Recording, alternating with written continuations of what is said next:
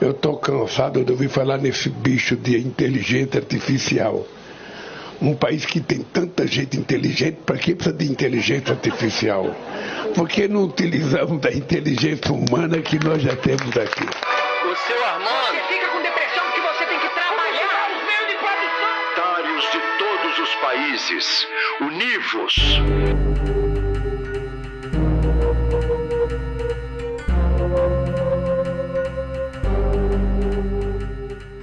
Você está escutando o Univos.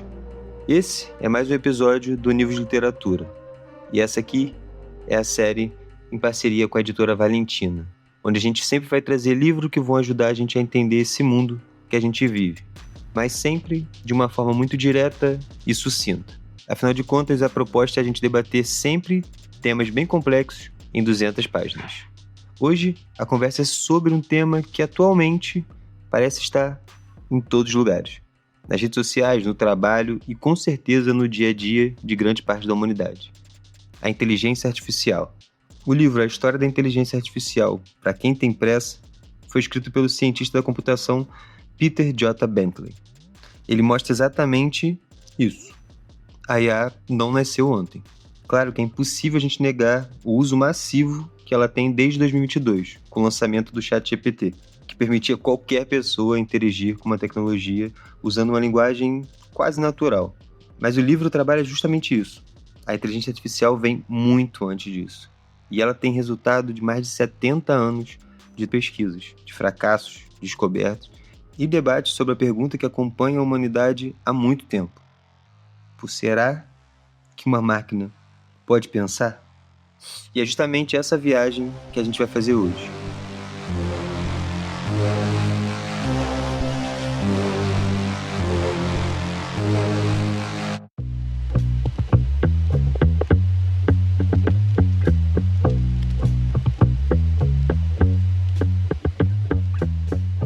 Eu achei que uma das coisas mais legais do livro é ele não começa falando de aplicativo.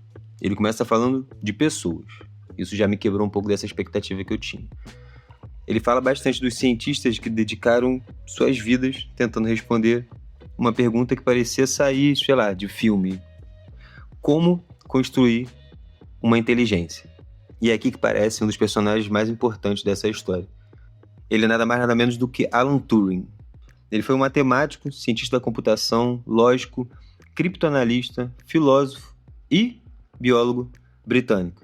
Ele foi nada mais nada menos responsável por ajudar a decifrar códigos nazistas durante a Segunda Guerra Mundial. Mas depois da guerra, ele passou a fazer outras perguntas, como por exemplo, se uma máquina realmente pensa.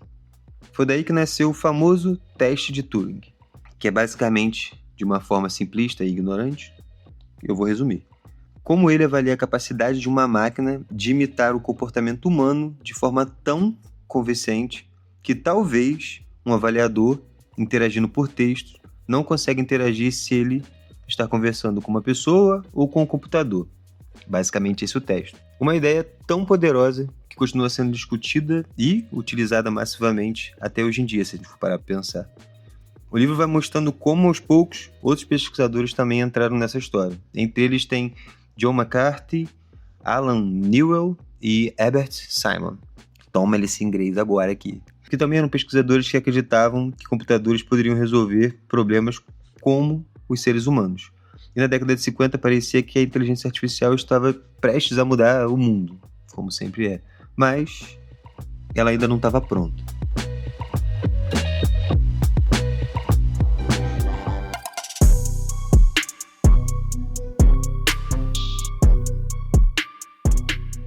E aí essa é uma parte que me chama muita atenção no livro, porque ele mostra que a história da tecnologia também é feita de decepções, de erros e principalmente de recomeços. Durante os anos 70, praticamente todo mundo percebeu que aquela promessa tinham sido talvez otimistas demais. Os computadores eles eram lentos, as memórias eles eram pequenas, não aguentavam a capacidade e as máquinas simplesmente não conseguiam fazer aquilo que os cientistas imaginavam que elas pudessem conseguir. Foi aí que os investimentos diminuíram. Os financiamentos foram abruptamente acabando. E esse período ficou conhecido como o primeiro inverno da inteligência artificial. E talvez seja justamente isso que torna essa história tão humana. Porque ela não foi feita apenas de sucesso, né? Ela foi feita também de erros e, principalmente, de recomeços. E antes da gente continuar, esse episódio ele acontece, como eu já disse, em parceria com a editora Valentina.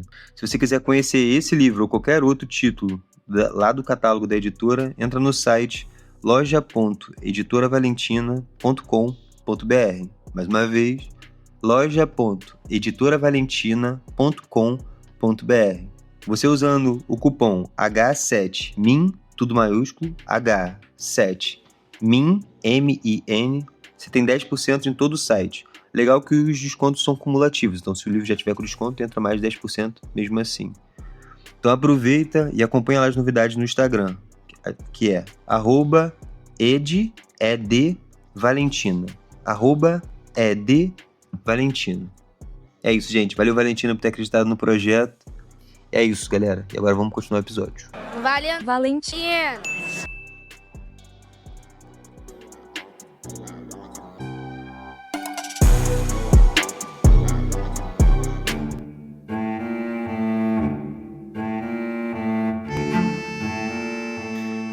Bom, agora voltando à leitura, o livro também me mostrou que tudo muda quando os cientistas deixam de tentar ensinar as regras para o computador e começam a ensinar os computadores a aprender.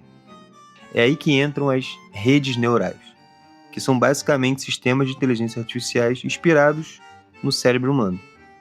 Basicamente, elas são a base de tecnologias como reconhecimento facial, tradução automática e modelos de linguagem como o ChatGPT usa. Depois de um tempo vieram o Big Data, que são também nada mais nada menos do que um conjunto de dados massivos e complexos que sistemas tradicionais não conseguem processar. Na década de 1960, durante a Guerra Fria, surge então a ARPANET, que veio a ser conhecida anos depois como o que nós chamamos de Internet. E acredite, a Internet foi criada nada mais nada menos pelo Departamento de Defesa dos Estados Unidos. E ela tinha o objetivo de criar uma rede de computadores descentralizada para proteger os dados e comunicação das bases militares estadunidenses. Em seguida, vem o crescimento abrupto da capacidade de processamento. E, com essa capacidade de processamento, vem uma virada de chave mais uma vez. Aquilo que para muitos parecia impossível começou a acontecer. Os computadores começaram a ganhar mais estrutura.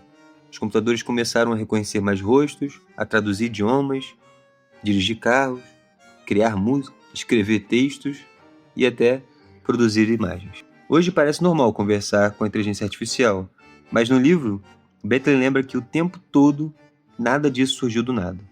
E existe uma longa história por trás disso. E conhecer essa história muda completamente, talvez, a forma que a gente enxerga a tecnologia de hoje. Para a gente finalizar, o autor chega na reta final do livro tentando entender que toda essa parte de evolução da inteligência artificial não tem respostas fáceis. Ele não diz que a IA vai salvar a humanidade, mas também ele não diz que ela vai destruir o mundo. Ele prefere fazer perguntas. Ele é bem parecido comigo nessa parte, né, gente? E as perguntas que ele mais traz são: quem controla a tecnologia?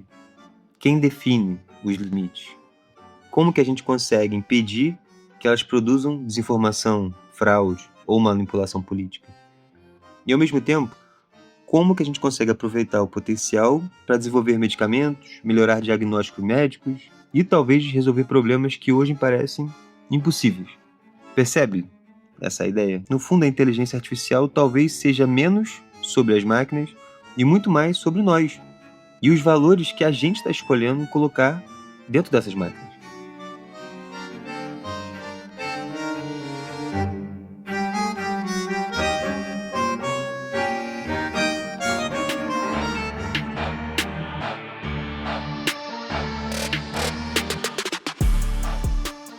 Ler a história da inteligência artificial foi, de certa forma, interessante. Me pegou de surpresa, sendo muito honesto. Porque ele em nenhum momento tentou, sei lá, como eu imaginava, prever o futuro, sabe? Ou enaltecer só os criadores, assim. Primeiro, ele busca, assim, ajudar a gente a compreender o passado. Isso, pra mim, é muito bom enquanto estudante de história. Porque eu acho que muitas vezes a tecnologia parece surgir como mágica. Então, eu acho bem interessante o livro trazer isso pra gente e deixar deixar bem claro que ela tem uma história por trás disso. Ela tem personagens, tem disputas, tem erros, acertos, mas principalmente ela é feita de escolhas humanas. E essa, para mim, é a maior reflexão que ficou no livro depois dessa leitura. A inteligência artificial não é apenas uma revolução tecnológica que veio do nada ou, sabe, pronta para fazer imagens. Ela foi feita e foi escolhida e está sendo guiada por escolhas humanas, e a gente precisa pensar muito sobre isso. Mas ela também, de certa forma, é uma revolução histórica. E a gente entender como ela nasceu talvez seja uma das melhores maneiras da gente tentar, né, guiar e decidir como que a gente quer conviver com ela daqui para frente. Isso é muito importante. Bom, para quem ficou até aqui agora, esse foi o Nível de Literatura, mais um episódio em parceria com a editora Valentina. É isso, gente. Se cuidem, até o próximo episódio e bebam água.